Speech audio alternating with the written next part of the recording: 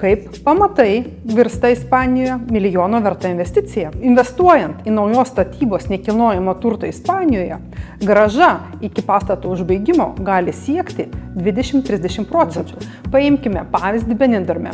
Naujos statybos 2 kambarių butas. Prisimename, kai šį butą tik pradėjo statyti, kai tik buvo pradedami kloti pamatai. Butas kainavo apie 250 000 eurų.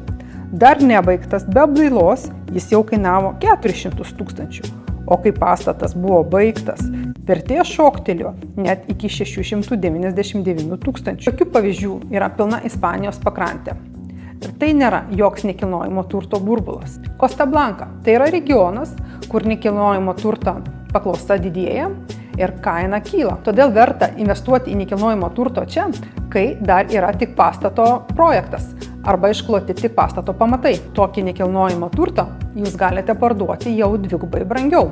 Kaip jūs manote, ar tokia investicija, pavyzdžiui, Lietuvoje Palangoje, turėtų tokią pačią grąžą kaip Ispanijoje į naujos statybos objektus?